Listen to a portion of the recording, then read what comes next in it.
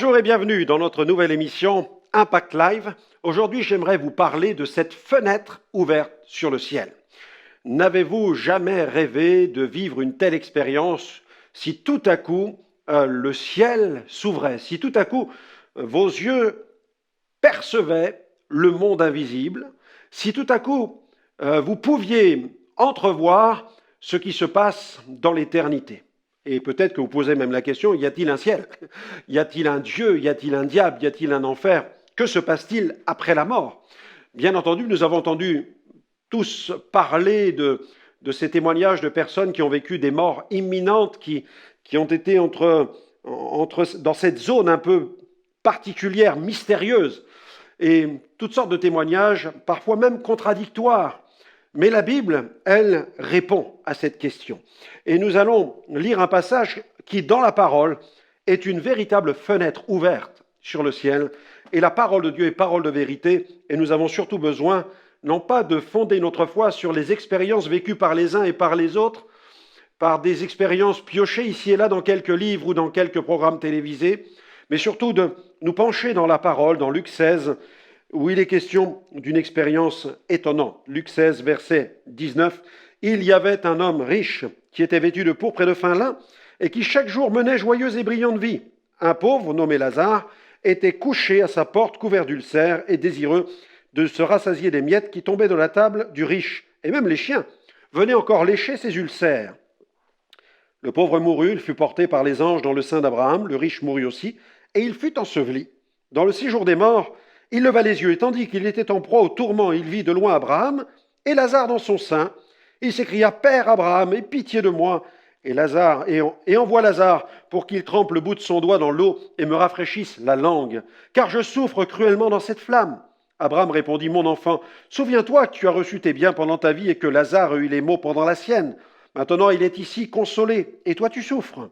D'ailleurs, il y a entre nous et vous un grand abîme, afin que ceux qui voudraient passer d'ici vers vous ou de là vers nous, ne puisse le faire. » Le riche dit, « Je te prie donc, Père Abraham, d'envoyer Lazare dans la maison de mon père, car j'ai 5 frères. C'est pour qu'il leur atteste ces choses, afin qu'ils ne viennent pas aussi dans ces lieux de tourment. » Abraham répondit, « Ils ont Moïse et les prophètes, qu'ils les écoutent. » Et il dit, « Non, Père Abraham, mais si quelqu'un des morts va vers eux, ils se repentiront. » Et Abraham lui dit, « S'ils n'écoutent pas Moïse et les prophètes, ils ne se laisseront pas persuader quand même quelqu'un des morts ressusciterait. » Amen. Donc une fenêtre ouverte sur l'éternité, sur l'au-delà, sur le royaume de Dieu et sur un lieu de tourment. Il y a un lieu de félicité décrit ici dans cette parabole qui nous est communiquée par Jésus, qui s'appelle le sein d'Abraham. Et puis il y a un autre endroit qui nous parle des lieux de tourment. Et ces lieux sont ces lieux avant la mort de Jésus, parce qu'avec la mort de Jésus, eh bien Jésus va aller libérer les justes de cet endroit, de ce Shéol, de ce sein d'Abraham, pour les entraîner encore plus haut, pour les emmener dans les hauteurs. Et ils vont entrer dans le paradis, dans le ciel. C'est de plus en plus haut, cela monte vers la gloire. Il y a vraiment une volonté de Dieu de nous entraîner toujours plus haut dans sa gloire, d'entraîner ceux qui croient en lui dans la gloire. Et nous avons ici 2 protagonistes avec 2 destinées.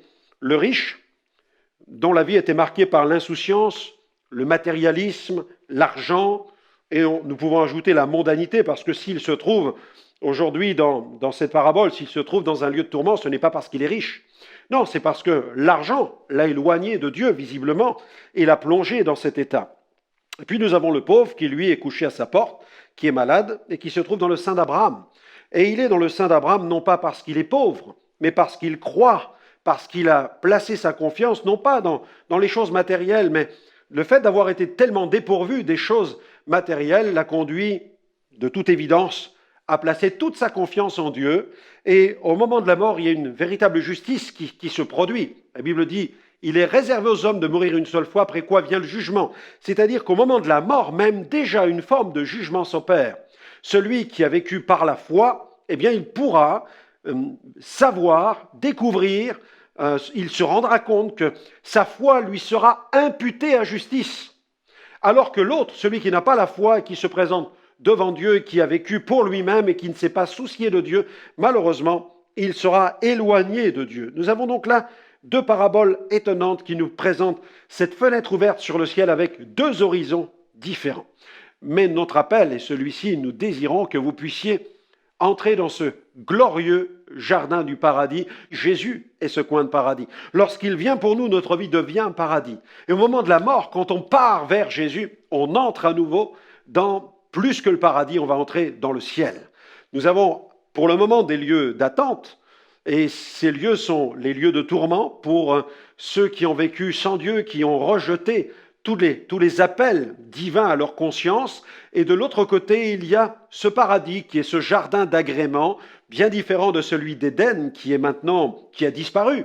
Mais c'est maintenant ce jardin spirituel, céleste, dans lequel sont accueillis tous ceux qui ont eu la foi et dont la foi leur a été imputée à justice.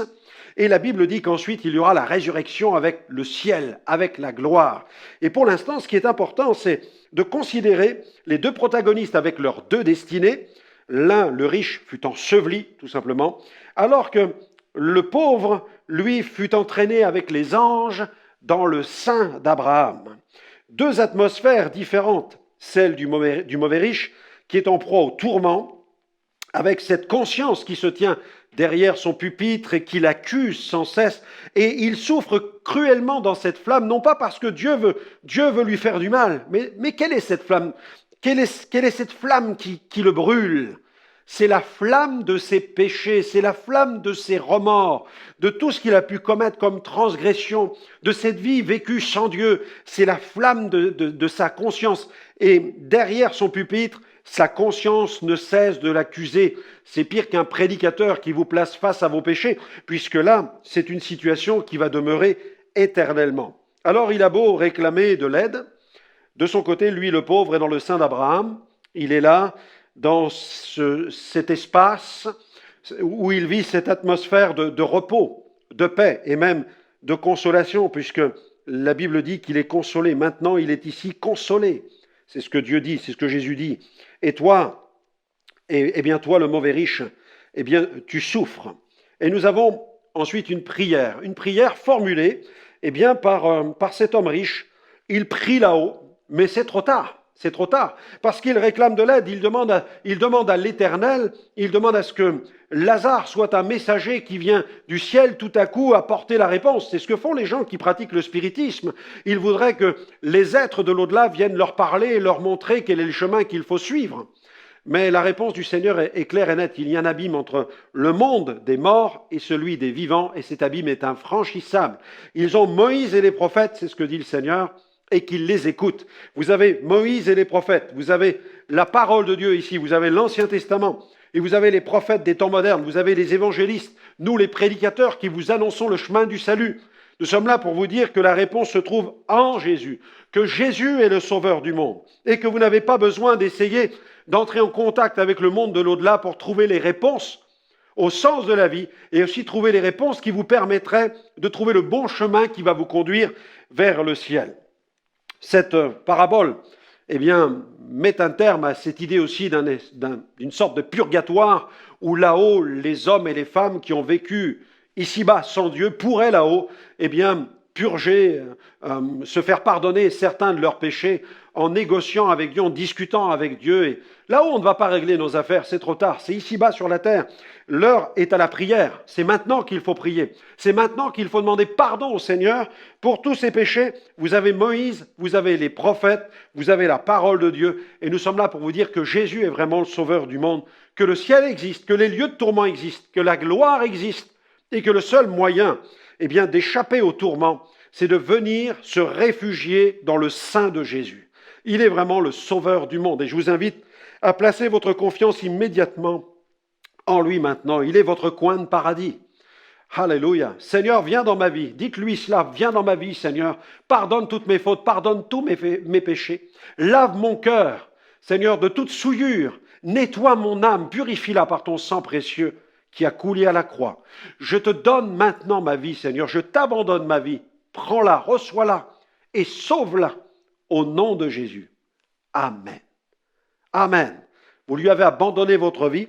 Ayez cette certitude qu'il veut la prendre, mais continuez à lui abandonner, à la lui à lui confier votre vie et il va vraiment s'en occuper, il va vous conduire jour après jour sur le chemin de la vérité. C'est pourquoi lisez la parole. Retrouvez-moi aussi dans une autre émission. Nous allons continuer à vous apporter ce merveilleux message de l'Évangile. Que Dieu vous bénisse.